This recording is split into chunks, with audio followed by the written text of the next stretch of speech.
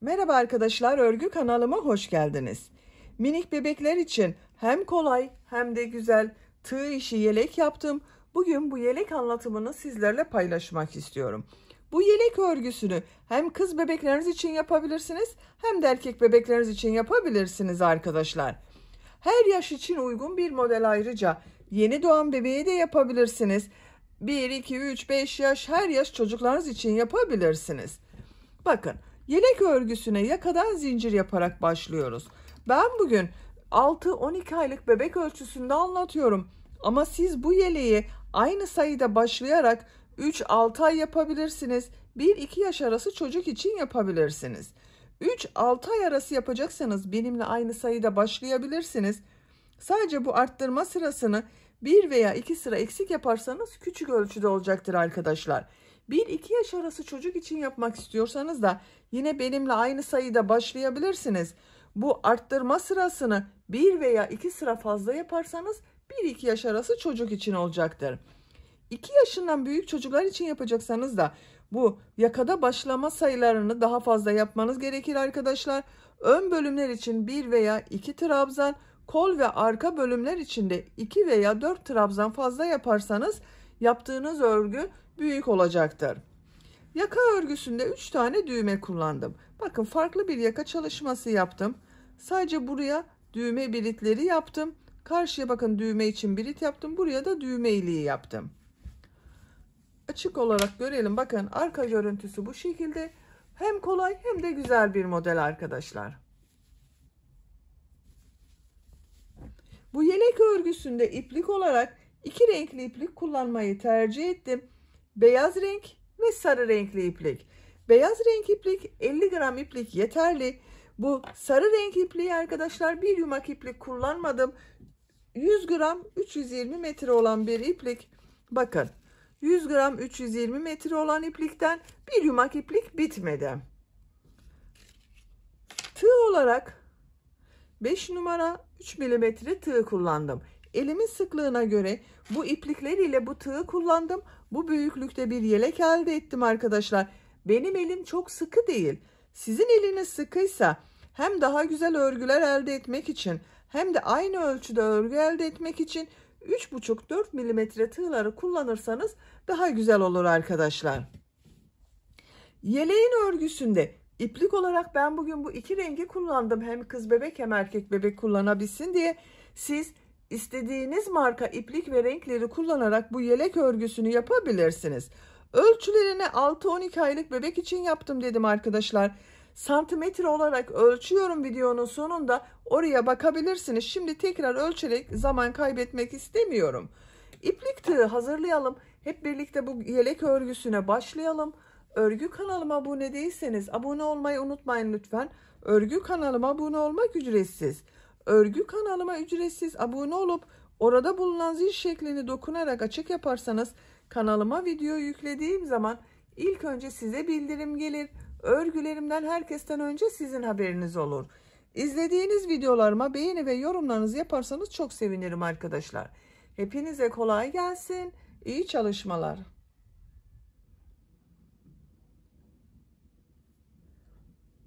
Örgüye yakadan zincir yaparak başlıyoruz. Zincir yapabilmek için ilk ilmeği ben bu şekilde yapıyorum. Size nasıl kolay geliyorsa ilk ilmeği öyle yapabilirsiniz. Ve zincirleri yapmaya başlıyorum. Çok sıkı zincirler yapmayalım arkadaşlar. Bu zincirler üzerine bir sonraki sırada trabzanlar yapacağız. 80 zincir yapıyorum.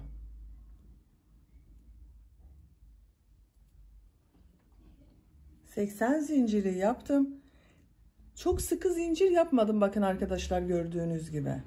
Bu 80 zincirin kaç santimetre olduğunu da ölçüyorum.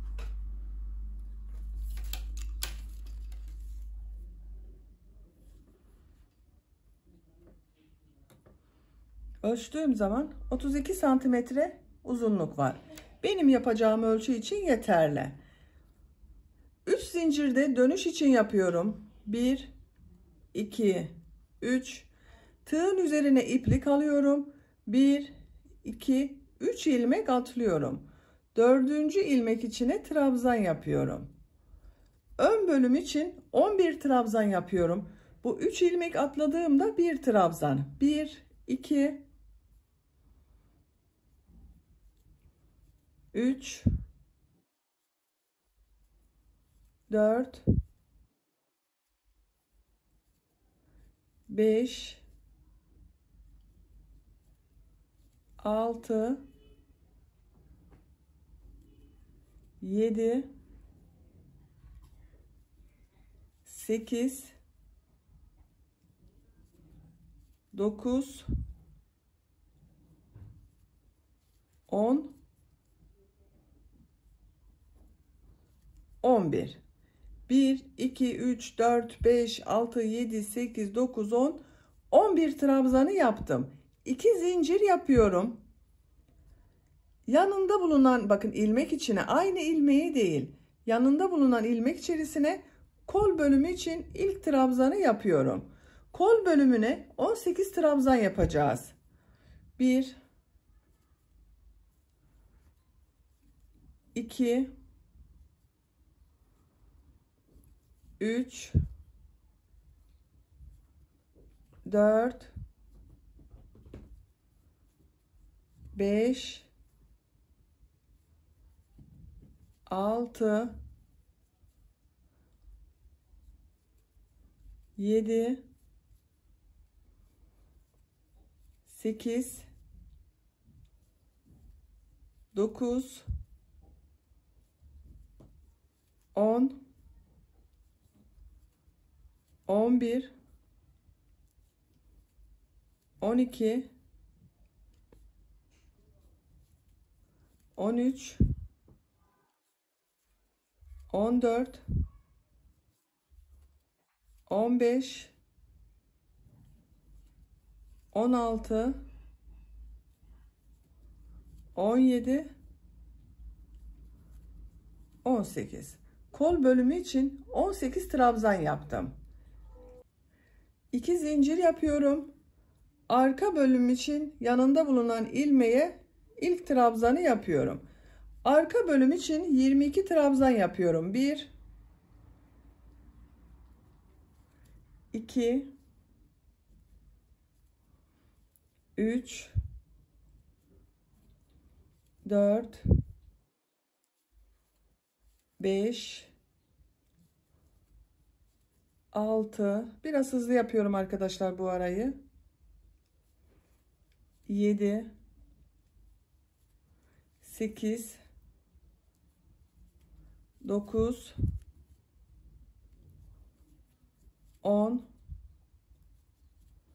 11, 12, 13, 14, 15, 16, 17, 18, 19, 20, 21, 22. Arka bölüm için 22 trabzan yaptım. 2 zincir yapıyorum. Kol bölümü için 18 trabzan yapıyorum. Bu kolda 18 trabzan yaptık. Buraya da 18 trabzan yapıyorum. 18 trabzanı yapalım. 18 trabzanı yaptım. 2 zincir yapıyorum. Ön bölüm için 11 trabzan yapıyorum. 1, 2, 3, 4, 5, 6, 7, 8, 9, 10, 11. 11 trabzanı yaptım. Yakanın ayrımlarında yaptık bu sırada arkadaşlar. Bu sırada ön bölümler için 11 trabzan, Kol bölümleri için 18 trabzan, arka bölüm için de 22 trabzan yaptık. İkinci sıradayız. İkinci sırada bu 2 zincir yaptığımız yerlerde 1 trabzan, 2 zincir, 1 trabzan şeklinde arttırmalar yapacağız.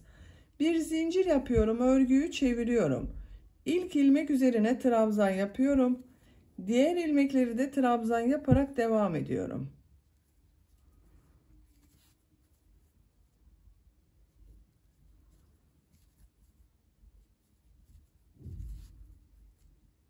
Her ilmek üzerine bir trabzan yapıyoruz.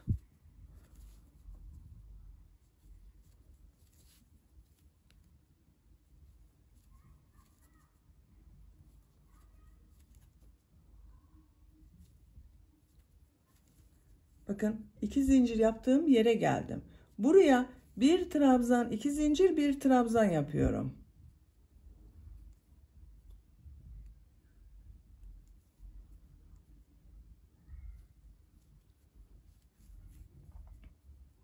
Bir trabzan, 2 zincir, bir trabzan şeklinde arttırmayı yaptık. Diğer ilmekleri trabzan yaparak devam ediyorum. Arttırma yapacağımız buraya kadar devam edelim. Arttırma yapacağımız yere kadar trabzanları yaptım. Bu arttırma yerine de bir trabzan, 2 zincir, bir trabzan yapıyorum.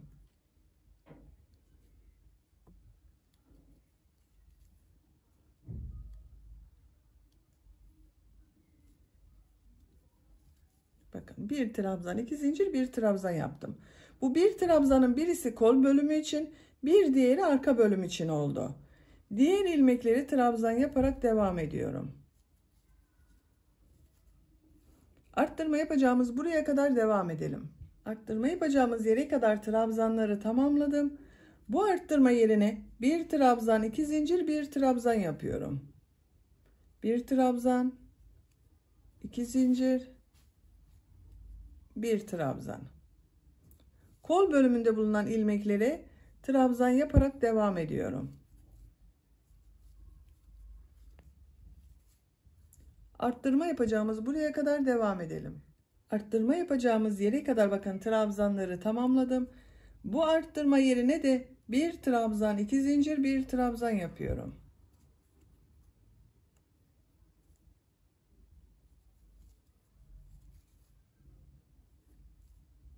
İlmeklere trabzan yaparak devam ediyorum.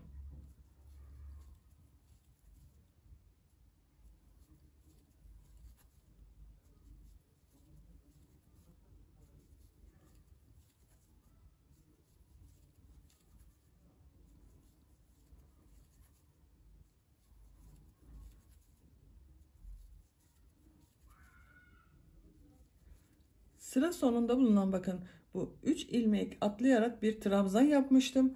Bunun bu son ilmeğin üzerine tığ takıyorum. Bir trabzan yapıyorum. İkinci sırada arttırmaları da yaptık arkadaşlar. Bakın bu şekilde bu 4 noktadan bir trabzan, 2 zincir, bir trabzan şeklinde arttırmalar yaptık.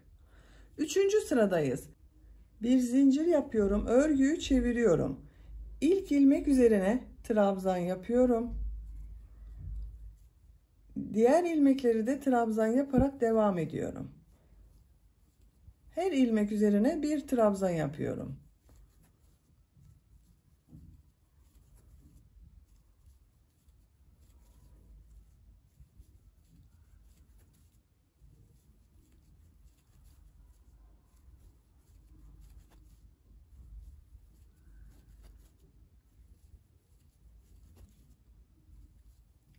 Arttırma yapacağım yere kadar bakın trabzanları yaptım.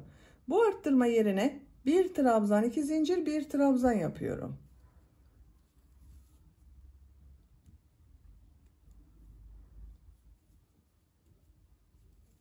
Bir trabzan, 2 zincir, bir trabzan yaptım. Diğer ilmeklere trabzan yaparak devam ediyorum. Bakın arttırma yerinde bir trabzan, 2 zincir, bir trabzan yapıyoruz. 11 trabzan ile başladık. İkinci sırada 12 trabzan oldu. Üçüncü sırada 13 trabzan oldu. Sayalım isterseniz bakın 1, 2, 3, 4, 5, 6, 7, 8, 9, 10, 11, 12, 13. Her sırada bir trabzan artıyor arkadaşlar. Bu şekilde arttırmalar yaparak sıra sonuna kadar devam edelim. Bu arttırma yerlerinde bir trabzan, 2 zincir, bir trabzan şeklinde arttırmalar yapıyoruz. Diğer ilmeklere birer defa trabzan yapıyoruz. Sıra sonuna kadar tamamlayalım. 3. sırada her ilmek üzerine birer defa trabzan yaptım. Bu arttırma yerlerinde de bir trabzan, 2 zincir, bir trabzan şeklinde arttırmalar yaparak sıra sonuna kadar tamamladım. Bakın arkadaşlar. Görüntüsü böyle. 4. sıradayız. Bir zincir yapıyorum. Örgüyü çeviriyorum. İlk ilmek üzerine trabzan yapıyorum. Diğer ilmekleri de trabzan yaparak devam ediyorum. Arttırma yapacağımız buraya kadar devam edelim. Arttırma yapacağımız yere kadar trabzanları tamamladım. Bu arttırma yerine bir trabzan, 2 zincir, bir trabzan yapıyorum.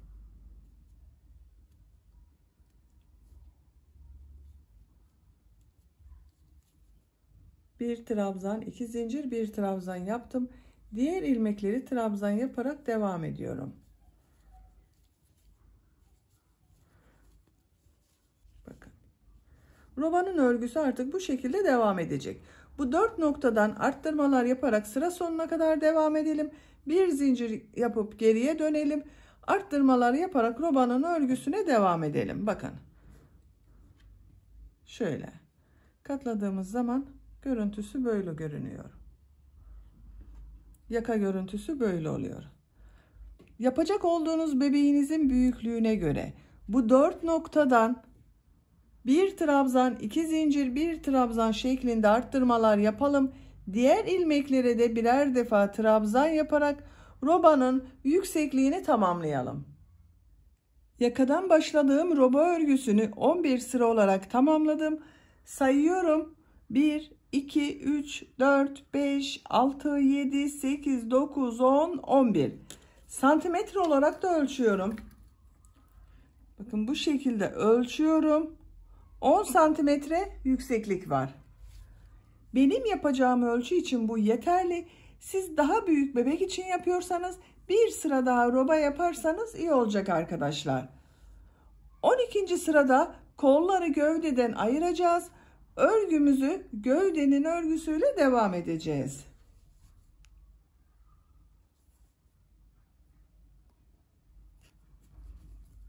Bir zincir yapıyorum. Örgüyü çeviriyorum. İlk ilmek içine trabzan yapıyorum. Diğer ilmekleri de trabzan yaparak devam ediyorum.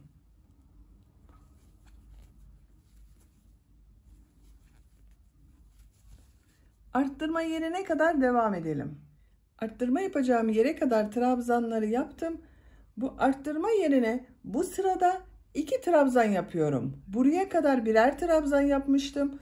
Buraya 2 trabzan yapıyorum. 1, 2, 3 zincir yapıyorum. Kolda bulunan bütün ilmekleri atlıyorum. Burada bulunan arttırma yaptığım zincir boşluğuna 2 trabzan yapıyorum. 3 zincir yaparak kol altını buraya oluşturduk bakın arkadaşlar. Diğer ilmekleri de trabzan yaparak devam ediyorum. Arttırma yerine kadar devam edelim. Arttırma yapacağım yere kadar trabzanları yaptım. Bu 2 zincirin içine 2 trabzan yapıyorum.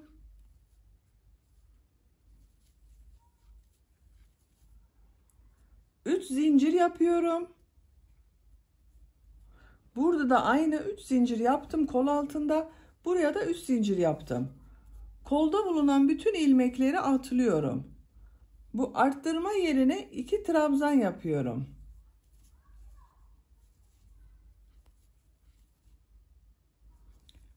Diğer ilmekleri birer defa trabzan yaparak devam ediyorum.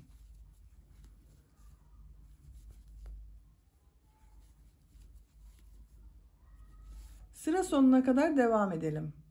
Sıra sonuna kadar tamamladım. Bak görüntü olarak böyle oldu arkadaşlar. Bu sırada kol bölümlerini gövde bölümünden ayırdım.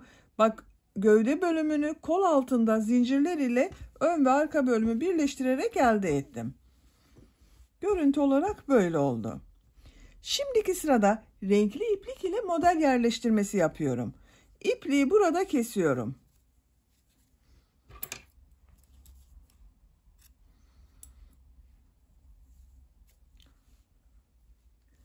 Model yerleştirmesine bak şu şekilde örgünün düz tarafından başlıyorum arkadaşlar. Bak buradan belli oluyor. Örgünün düz tarafı burası. Sizin diğer tarafta bittiyse de buradan başlayabilirsiniz. Sarı renkli iplik ile devam ediyorum. Siz istediğiniz renk ipliği kullanabilirsiniz. Bak bu ilk ilmekten sarı renk iplik ile bir ilmek yapıyorum. Zincir yaptım, sağlamlaştırdım. Tığ üzerine iplik alıyorum. Bu ilk ilmek üzerine bir trabzan yapıyorum. 2 defa da çıkardığım trabzanı yapıyorum. Tığ üzerine iplik alıyorum. Bir ilmek atlıyorum. İkinci ilmek içine 3 trabzan yapıyorum. Aynı ilmek içine yapıyoruz.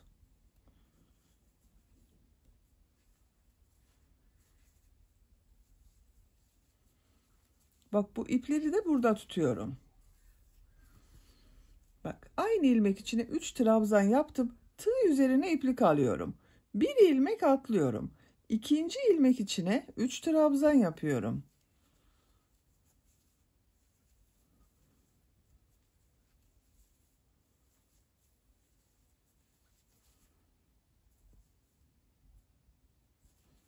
Tığ üzerine iplik alıyorum. Bir ilmek atlıyorum. İkinci ilmek içine 3 trabzan yapıyorum. Bu sırayı bu şekilde devam ediyoruz.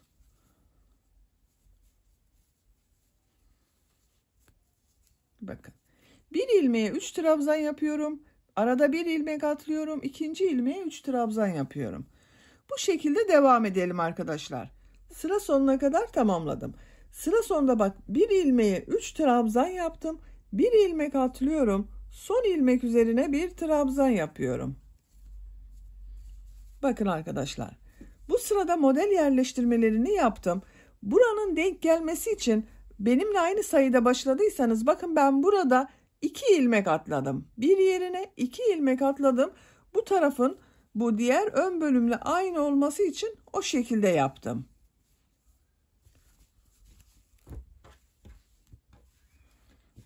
Bak bu şekilde görünüyor.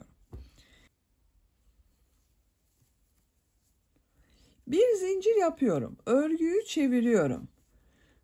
Bu ilk ilmek üzerine bak trabzanın üzerine bir sık iğne yapıyorum. Bu bir ilmeği atlıyorum. İkinci ilmek üzerine bir sık iğne, 2 zincir, bir sık iğne yapıyorum.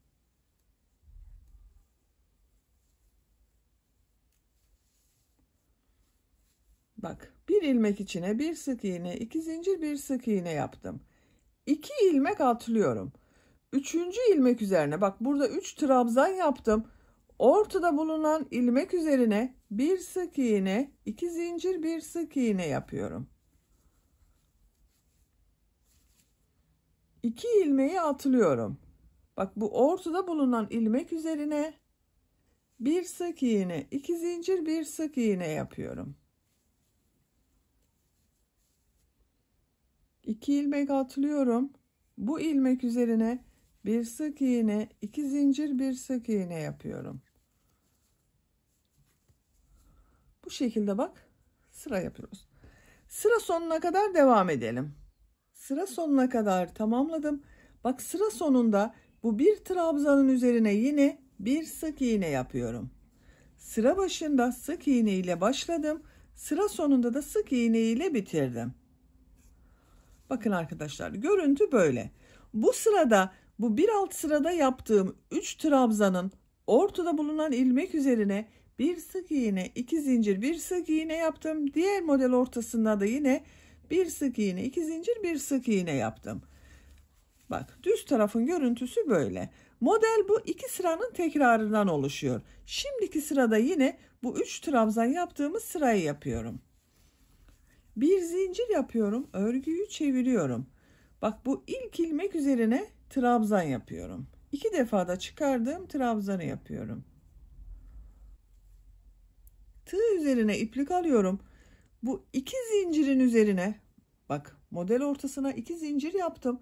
Bu 2 zincir üzerine 3 trabzan yapıyorum.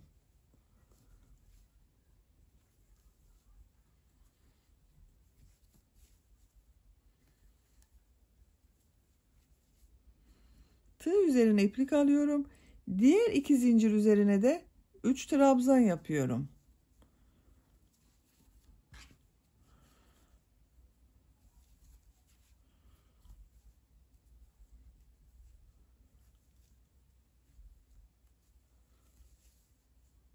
Bak bu 2 zincir üzerine de 3 trabzan yapıyorum.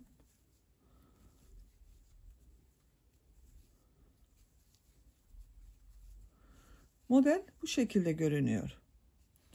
Sıra sonuna kadar devam edelim. Sıra sonuna kadar tamamladım. Bak son ilmek üzerine trabzan yapıyorum. Bakın arkadaşlar. İkinci model sırasında başladım. Bu şekilde oldu. Bir zincir yapıyorum. Örgüyü çeviriyorum. İlk ilmek üzerine sık iğne yapıyorum. Bir ilmek atlıyorum. Bu ilmek üzerine bak. 3 trabzanın ortasında bulunan ilmek üzerine bir sık iğne, 2 zincir, bir sık iğne yapıyorum. 2 ilmek atlıyorum. Bak burada bulunan, ortada bulunan ilmek üzerine bir sık iğne, 2 zincir, bir sık iğne yapıyorum. 2 ilmek atlıyorum. Bir sık iğne, 2 zincir, bir sık iğne yapıyorum. Sıra sonuna kadar devam edelim. Sıra sonuna kadar tamamladım. Son ilmek üzerine de sık iğne yapıyorum. Bir zincir yapıyorum. Örgüyü çeviriyorum. Trabzan sırası yaptığım sıradayım. İlk ilmek üzerine bir trabzan yapıyorum. Bu 2 zincir yaptığım yere 3 trabzan yapıyorum.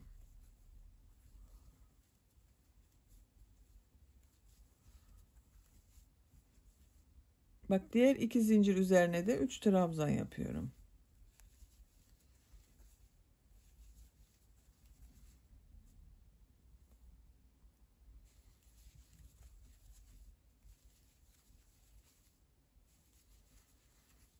Bak bu şekilde. Gövde bölümünün örgüsü bu model sırasının tekrarıyla devam edecek. Bir sırada bu trabzan sırası yaptığımız sırayı yapıyoruz. Bir sırada da bir sık iğne, 2 zincir, bir sık iğne yaptığım sırayı yapıyorum. Bak modelin görüntüsü yakından böyle arkadaşlar. Yapacak olduğunuz çocuğun büyüklüğüne ve tercihinize göre gövde bölümünün örgüsünü istediğiniz kadar sıra sayısını tekrarlayarak tamamlayalım. Renk sıralamasını da farklı da yapabilirsiniz arkadaşlar. Aralarda beyaz renk kullanabilirsiniz. Farklı renkler kullanabilirsiniz. Rengarenk de yapabilirsiniz. Gövde bölümünün örgüsünü tamamlayalım gelelim. Gövde örgüsünü 12 model sırası yaptım. 1, 2, 3, 4, 5, 6, 7, 8, 9, 10, 11, 12. 8 sırayı sarı renkli iplik ile yaptım. 9. sırada bakın bu sık iğne, 2 zincir, bir sık iğne yaptığımız sıradan başladım. 9. sırayı beyaz renkli yaptım. 10. model sırasını yine sarı renkli yaptım. 11. model sırasını beyaz renkli yaptım. 12. sırayı sarı renkli yaptım. Tercihime göre bu şekilde yaptım. Siz isterseniz tek renk olarak devam edebilirsiniz. Bakın burada bitirdim gövde örgüsünü arkadaşlar. Bu 3 trabzan yaptığım sırayı bitirdim. Şimdi bu ön patta pıtırcık modeli yapıyorum. Siz tercihinize göre 1-2 model sırası devam edebilirsiniz. Bakın en son ilmeğe trabzan yaptım. 2 zincir yapıyorum. Bu ilmek üzerine sık iğne yapıyorum. Bakın bu ilmeği atlıyorum. Bu ilmek üzerine bir sık iğne, 2 zincir, bir sık iğne yapıyorum. Burayı atlıyorum. Bakın buraya bir sık iğne, 2 zincir, bir sık iğne yapıyorum. Bu ilmeği atlıyorum. Bu ilmek üzerine bir sık iğne, 2 zincir, bir sık iğne yapıyorum.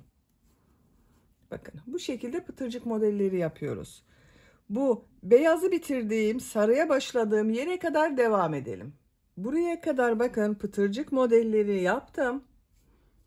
Buradan itibaren sık iğne devam ediyorum. Bakın bu ilmek üzerine sık iğne yapıyorum.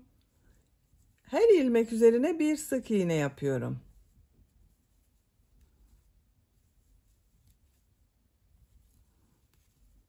Yaka başlangıcına kadar devam edelim. Sıra sonuna kadar bakın sık iğneyi tamamladım. Bakın buradan buraya kadar sık iğne yaptım. Buraya düğme patı yapıyoruz arkadaşlar. Bu sırada düğme iliklerinin yerini belirleyeceğiz. İşaret yapalım isterseniz. Birisini bakın buraya yapıyorum. Yaka başlangıcına. Bir diğerini bu yakayı bitirdiğim bakın buraya. Bir üçüncüsünü de tam ortaya arkadaşlar. Bakın şu şekilde katlıyorum. Orta bölüme. Buraya da üçüncü olanı yapıyorum. Bir zincir yapıyorum. Örgüyü çeviriyorum. İlk ilmek üzerine sık iğne yapıyorum. Düğme iliği için 3 zincir yapıyorum. 1, 2, 3. 2 ilmek atlıyorum. Üçüncü ilmeğe sık iğne yapıyorum. Bakın düğme iliğini buraya yaptım. Bu işaret yaptığım yere kadar kaç sık iğne yaptığımı sayıyorum. Bakın 1, 2, 3, 4, 5, 6, 7, 8. 8 sık iğne yaptım. İşareti çıkardım. Düğme iliği için 3 zincir yapıyorum. 1, 2, 3. 2 ilmek atlıyorum. Sık iğne yapıyorum. Bu iki düğme iliği arasına 8 sık iğne yaptım. Buraya da 8 sık iğne yapıyorum. 2, 3, 4, 5, 6, 7, 8. Düğme iliği için 3 zincir yapıyorum. 2 ilmek atlıyorum. Bu ilmeğe sık iğne yapıyorum. Bakın arkadaşlar, 3 düğme iliğinin yerini buraya belirledim. 1, 2, 3. Bir sık iğne daha yapıyorum buraya. 2 sık iğne oldu. Bir zincir yapıyorum. Örgüyü çeviriyorum. Tığ üzerine iplik alıyorum. Bu sırada yarım trabzan sırası yapıyorum. Bakın ilk ilmek üzerine yarım trabzan yapıyorum. Diğer ilmeklere yarım trabzan yaparak devam ediyorum. Bu bakın 3 zincir yaptım. Bunun üzerine 2 yarım trabzan yapıyorum. 1, 2. Diğer ilmeklere bir yarım trabzan yapıyorum.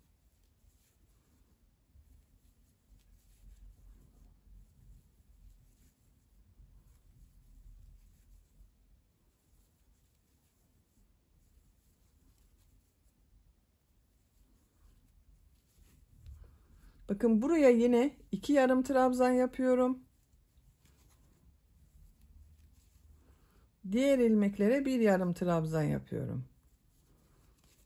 Bakın arkadaşlar, bu şekilde düğme iliklerinin yeri.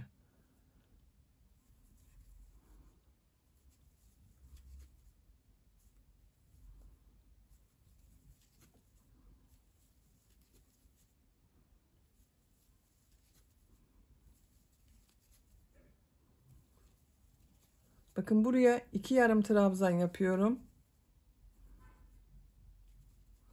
Son ilmeğe bir yarım trabzan yapıyorum. Bakın bu patı yaptım.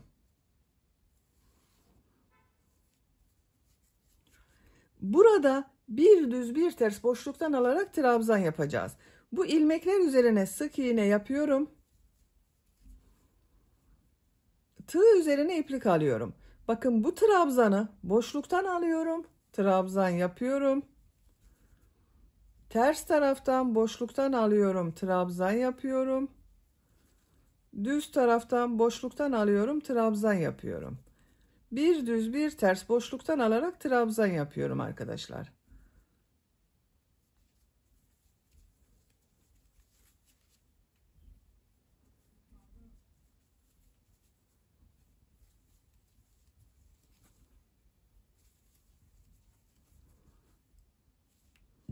Sıra sonuna kadar devam edelim.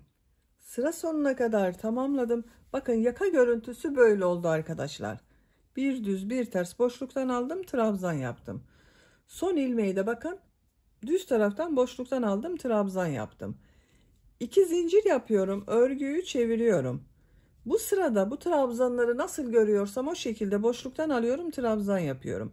Düz tarafta görüyorum, düz taraftan boşluktan alıyorum, trabzan yapıyorum. Ters tarafta görüyorum, ters taraftan boşluktan alıyorum, trabzan yapıyorum.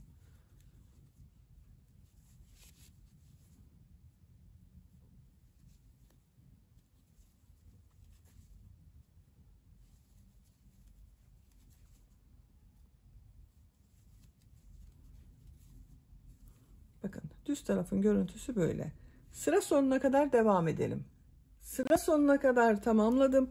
Bu sırada trabzanları nasıl görüyorsam o yönde boşluktan aldım, trabzan yaptım. Bakın son ilmeği de ters taraftan boşluktan aldım, trabzan yaptım. Örgüyü çeviriyorum. Bakın bu sırada zincir yapmıyorum. 2 zincir yapmıyorum. Tığ üzerine iplik alıyorum. Nasıl görüyorsam o şekilde boşluktan alıyorum, trabzan yapıyorum yine.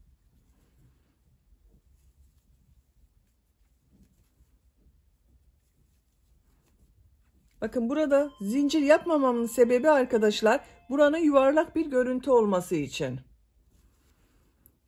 Düz taraftan boşluktan alıyorum, trabzan yapıyorum. Ters taraftan boşluktan alıyorum, trabzan yapıyorum.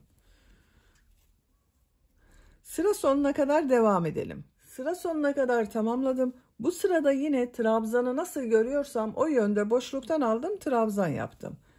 En son bakın ters tarafta boşluktan aldım, trabzan yaptım.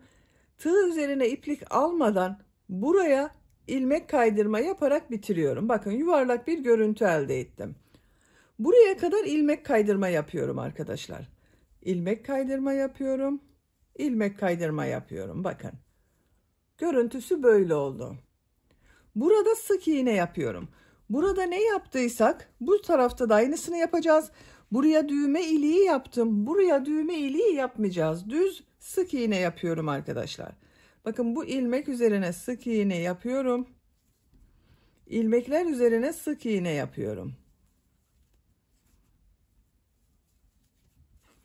Buraya kadar devam edelim. Buraya kadar bakın sık iğne yaptım. Bir zincir yapıyorum. Örgüyü çeviriyorum. İlk ilmek üzerine sık iğne yapıyorum. Diğer ilmeklere sık iğne yaparak devam ediyorum. Sık iğne sırası yapıyoruz. Buraya kadar devam edelim. Buraya kadar bakın sık iğne yaptım. Bir zincir yapıyorum. Örgüyü çeviriyorum. Bakın burada son sırayı yarım trabzan yaptım. Burada da yarım trabzan yapıyorum. Tığ üzerine iplik alıyorum. Yarım trabzan yapıyorum. Yarım trabzan yapıyorum.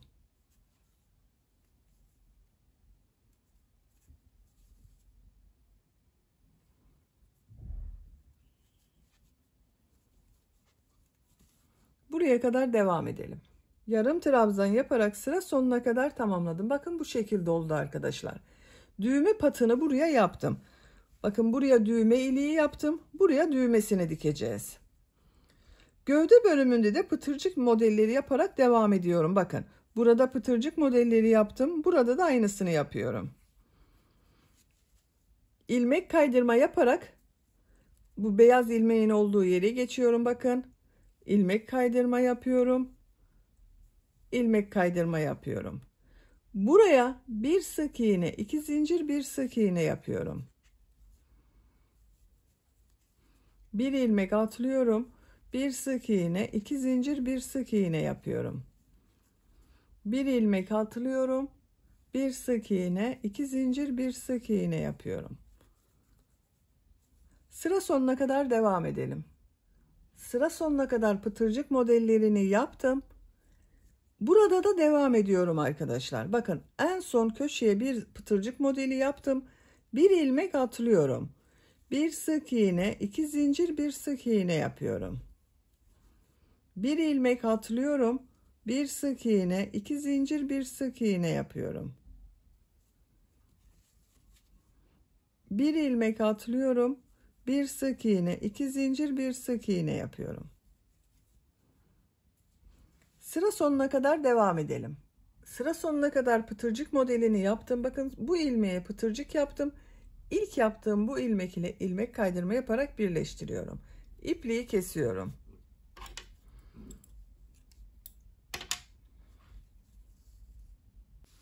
Bakın arkadaşlar, gövde bölümünü bitirdim. Görüntüsü böyle oldu. Bakın çok güzel oldu. Şimdi kol örgüsüne başlıyorum. Kol örgüsüne kol altından başlıyorum. Burada bakın bu ilmeğe iplik bağlıyorum.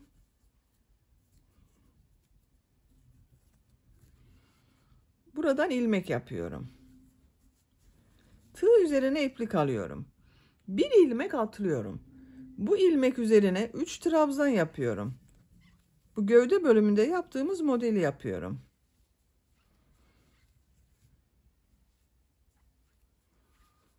Tığ üzerine iplik alıyorum. Bir ilmek atlıyorum. 3 trabzan yapıyorum. Aynı ilmek içine yapıyorum bakın. Bir ilmek atlıyorum. Bu ilmeğe 3 trabzan yapıyorum.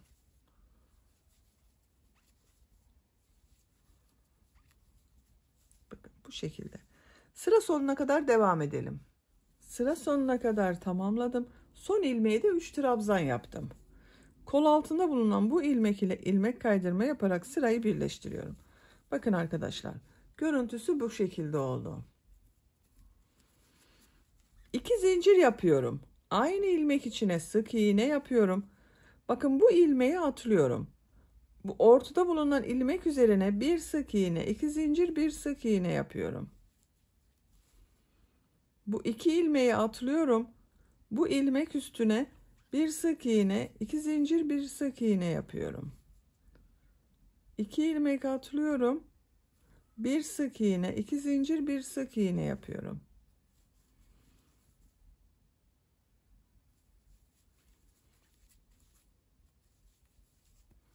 Bakın bu şekilde. Sıra sonuna kadar devam edelim. Sıra sonuna kadar tamamladım. Bakın bu kol altında yaptığım model ile ilmek kaydırma yaparak birleştiriyorum. İpliği kesiyorum.